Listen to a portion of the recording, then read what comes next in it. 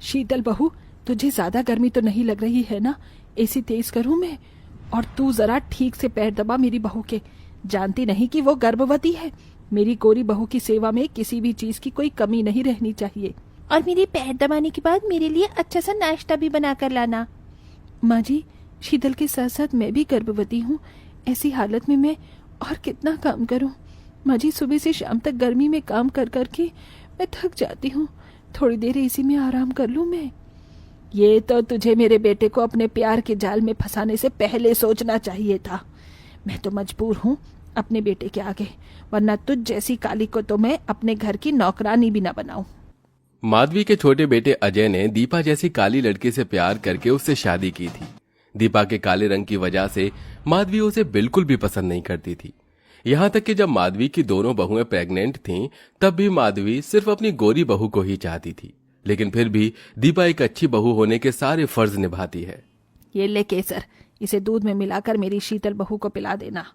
माधवी के दिए हुए केसर से दीपा शीतल के लिए दूध बनाती है और उसे उसके कमरे में देने के लिए जाती है। लेकिन दीपा देखती है कि शीतल गर्भवती अवस्था में भी कानों में भी हेडफोन लगाकर बर्गर खाते हुए अपने कमरे में डांस कर रही है। ओहो, कितना मजा आ रहा है ये।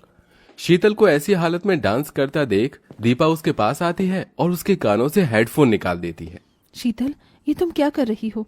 ऐसी हालत में भला नाश्ता कौन है? और ये तुम क्या बाहर की चीज खा रही हो? पता है, छोड़ो इसे। तुम कौन होती हो मुझे ये सब बताने वाली?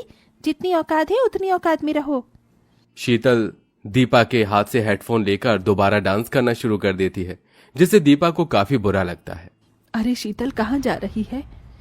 माँ जी, गर्मी का मौसम है ना, इसलिए मैं स्विमिंग करने के लिए जा रही हूँ। बहू, तो गर्भवती अवस्था में स्विमिंग कैसे कर सकती है? जानती भी है ये तेरे लिए कितना खतरनाक हो सकता है। ओहो माँ जी, अब आप ही मुझे ज्ञान देना शुरू मत कर देना। आप तो जानती हैं कि मुझे गर्मी बिल्कुल बर्दाश्त नहीं होती।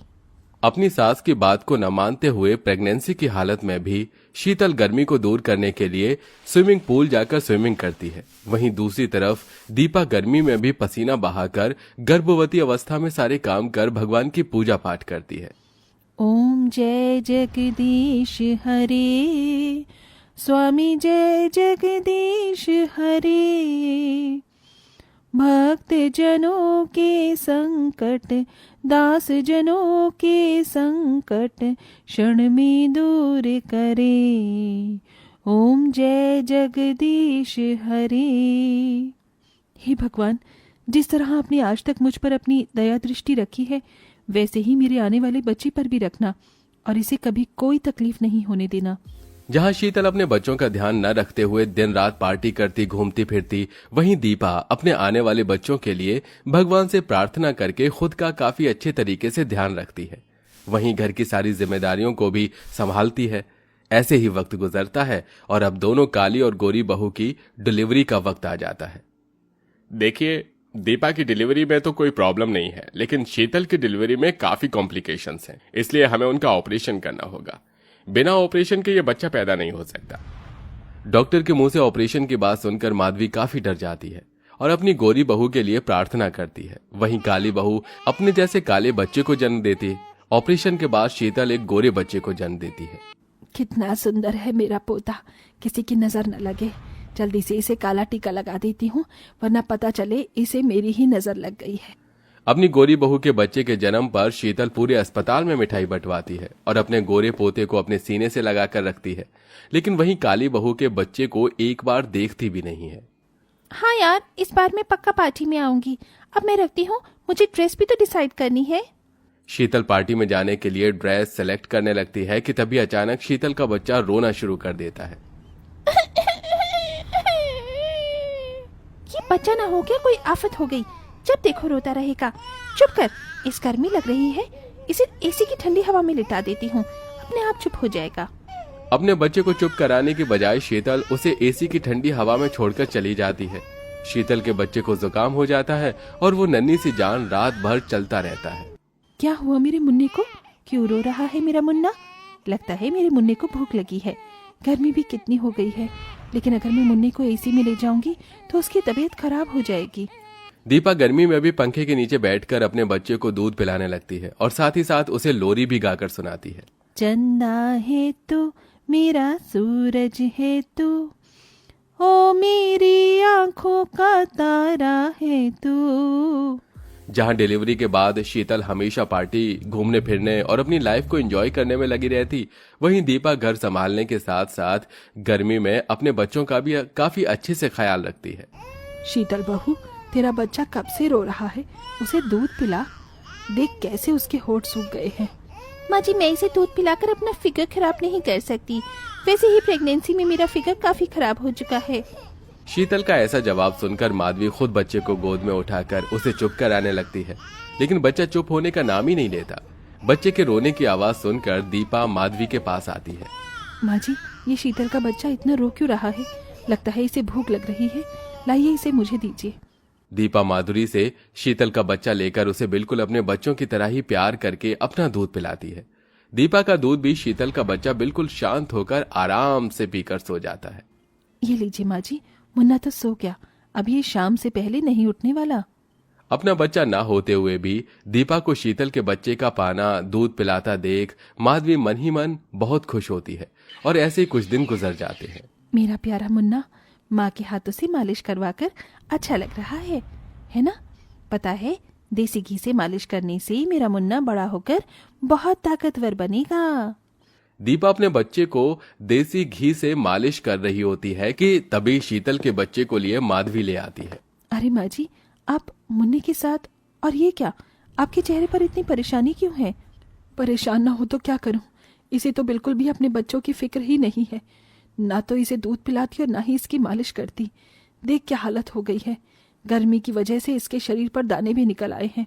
इसकी माँ तो उसे पाउडर तक नहीं लगाती है। माँ जी, आप इतना परेशान क्यों हो रही हैं? आप इसे मुझे दीजिए। दीपा शीतल के बच्चे को लेकर सबसे पहले उसकी देसी घी से मालिश करती है और उसको अच्छे से नहलाकर काजल पाउडर लगाकर अपने बच्चे के साथ साथ उसे दूध पिलाती है। मैं हमेशा इसके काले रंग से इससे नफरत करती रही, लेकिन आज देखो मुझे खुद पर ही शर्म आ रही है। दीपा, तुम तो महान हो। शीतल के बच्चे के लिए दीपा की ममता देखकर माधवी को अपनी गलती का एहसास होने लगता है। वाह, क्या बिरयानी बनी है। इस मसाले वाली बिरयानी को खाए हुए कितना वक्त हो गया। आज तो मैं जमकर बिरयानी खाऊंगी। अरे शीतल, तुम ये मसाले की चीज क्यों खा रही हो? तुम जानती हो ना कि तुम अभी कुछ टाइम तक तेज और मसाले की चीज नहीं खा सकती। अगर ये सब खाकर तुम बच्चे को दूध पिलाओगी तो उसकी तबीयत खराब हो सकती है। तो क्या इसके चक्कर में मैं खाना पीना भी छोड़ दूं? 9 महीने जितना परहेज करना था मैंने कर लिया, लेकिन अब और नहीं। शीतल मसाले का खाना खाना नहीं छोड़ती, जिसके चलते अब जब भी शीतल अपने बच्चे को दूध पिलाती तो उसे दस्त और उल्टी लग जाती, जिसे देखकर अच्छा हुआ इसे मैंने अपने गोद में नहीं लिया, वरना ये तो मेरी गोद में ही उल्टी कर देता। अपने बच्चे को सोफे पर छोड़कर शीतल चली जाती है। शीतल का बच्चा रोते रोते सोफे से गिरने वाला होता है कि तभी आकर उसे दीपा संभाल लेती है। न जाने भगवान किन किन को औलाद दे देता है। नहीं मुन्ना, नहीं, रोते नहीं, चाची है ना। दीपा माधवी शीतल के बच्चे को डॉक्टर के पास लेकर उसकी दवाई लेकर आती है। वहीं अब शीतल का बच्चा दिन भर दीपा के साथ रहता है। दीपा भी उसे अपने बच्चे की तरह ही प्यार करती है। ऐसे कुछ दिन, कुछ वक्त गुजर जाता है और एक दिन, ये आइसक्रीम कितनी टेस्टी है, तू भी खाएगा आइसक्रीम? ये ले, गर्मी है ना, गर्मी में आइसक्रीम खाकर तुझे भी गर्मी से राहत मिलेगी।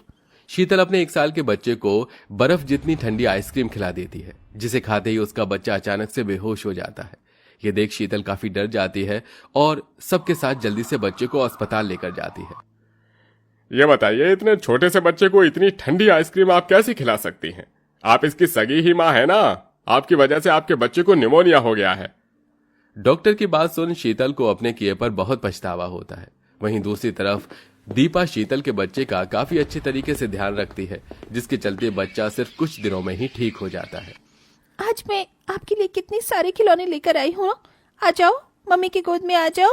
शीतल जैसे ही अपने बच्चे को गोद में लेती है तो उसका बच्चा जोर जोर से रोना शुरू कर देता है, जिसे देख दीपा जल्दी से शीतल से अपना बच्चा अपनी गोद में ले लेती है।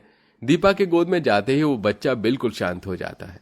ये मेरा बच्चा है, ये तुम्हारी गोद में क्यों चुप हुआ? अच्छा, तो तुझे याद आ ही गया कि ये तेरा बच्चा है। तूने बच्चे तो पैदा कर दिया, लेकिन तू एक अच्छी माँ नहीं बन सकी। जब जब तेरा बच्चा रोता था, बीमार होता था, तू पार्टी करने में बिजी रहती थी। वहीं दीपा ने इसे संभाला है। इसलिए आज तेरा ही बच्चा तेरे गोद में ना चुप होकर अपनी चाची की गोद में आराम से हंस रहा है। अगर दीपा न होती तो तेरा बच्चा तो कब का ही मर जाता। दीपा भले ही रंग की काली है, लेकिन उसके जितना सुंदर मन किसी का नहीं है। अपनी सास की बातें सुन शीतल की आंखों में आंसू आ जाते हैं। हे भगवान, ये क्या हो गया मुझसे? मेरा ही बच्चा मुझे पहचान नहीं पा रहा है, सिर्फ मेरी गलती की वजह से। मैंने तो इस दुनिया का सबसे खूबसूरत शब्द माँ है, और मैंने इसी शब्द की इतनी बेइज्जती करी। भगवान भी मुझे माफ नहीं करेगा। नहीं शीतल, ऐसा मत कहो। तुम तो इसकी माँ हो, बस तुम्हें इस चीज का पहला एहसास नहीं था। अभी भी देरी नहीं हुई है, सब कुछ ठीक हो सकता है। शीतल दीपा के कहे मुताबिक अपने बच्चे का ध्यान ठीक से रखती है, जिससे अब धीरे धीरे शीतल का बच्चा उसे पहचानने लगता है। वहीं शीतल दीपा से अपने किए की माफी मांगती है और अब दोनों काली गोरी बहुएं अपने बच्चों के साथ हंसी खुशी रहने लगती हैं।